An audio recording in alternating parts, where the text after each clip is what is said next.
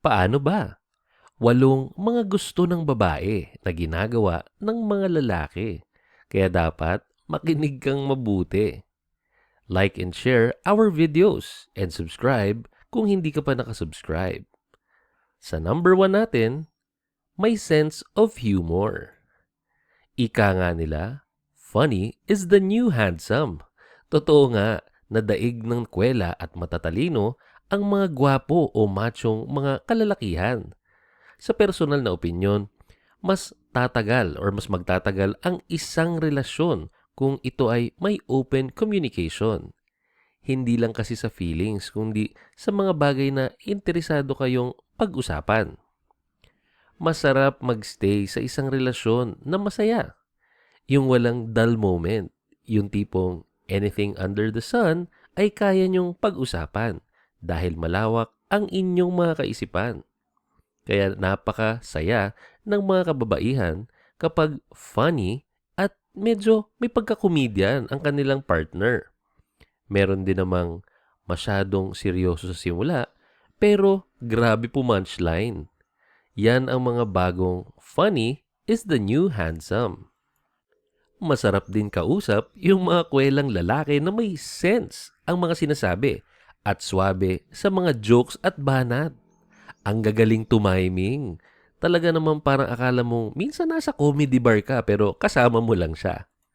Sa ating tip number 2, may respeto sa kapwa. Wala naman sigurong babae na gugustuhin magkaroon ng bastos na boyfriend, hindi ba?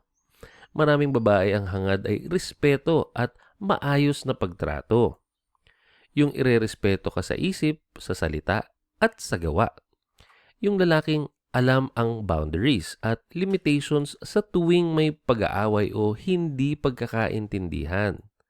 At syempre, bilang babae, hindi tamang sila ay sinasaktan, pisikal man o emosyonal. Mahalaga ang respeto at isa tong napakabigat na tungkulin ng bawat isa. Kaya tandaan mo, kailangan may respeto ka at alam mo kung ano lang ang boundaries mo. Importante na ang paraan para mas magustuhan ka ng isang babae ay kung ganito ang iyong pag-uugali. Sa ating number 3, maalaga. Isa to sa mga pinakamahalagang katangian ng isang lalaki. Yung maliban sa mapagmahal ay maalaga din. Dahil kapag maalaga ang isang lalaki, everything will eventually follow. Yung tipong hindi ka pababayaan sa araw-araw. Laging iniisip ang iyong kapakanan. Laging handang umalalay sa araw-araw. At syempre, dagdag pogi points yung mga sweet na lalaki.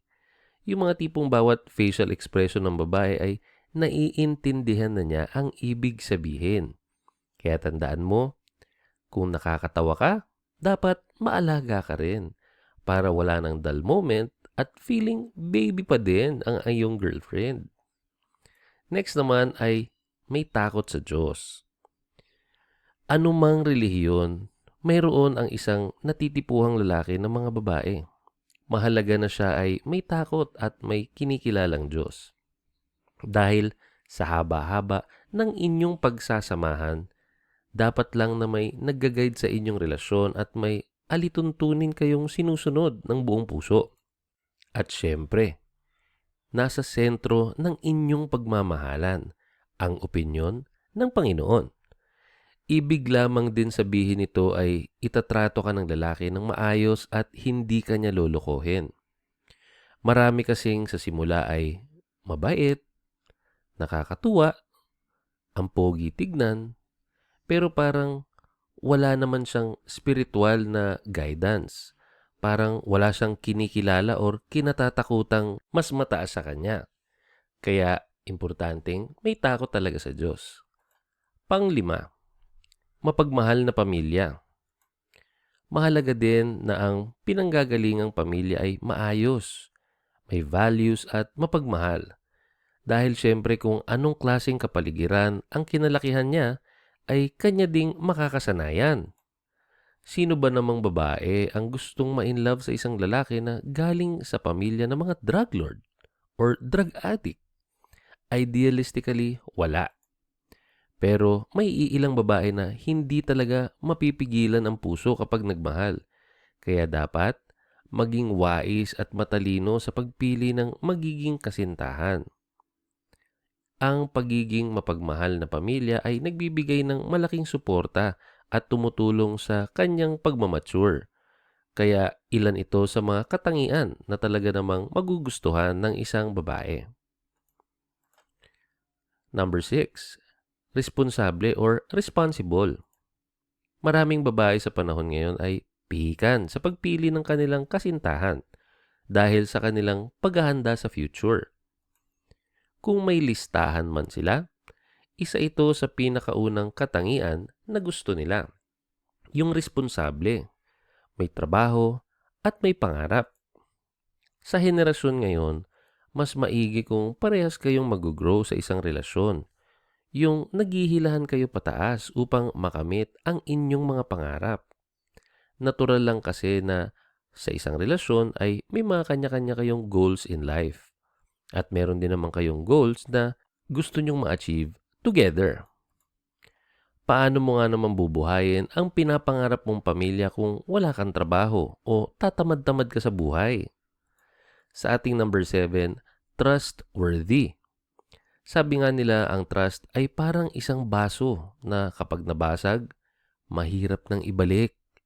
Ganon din ang pagtitiwala sa isang relasyon. Karapat dapat ka bang piliin dahil honest ka at dahil mapagkakatiwalaan ka?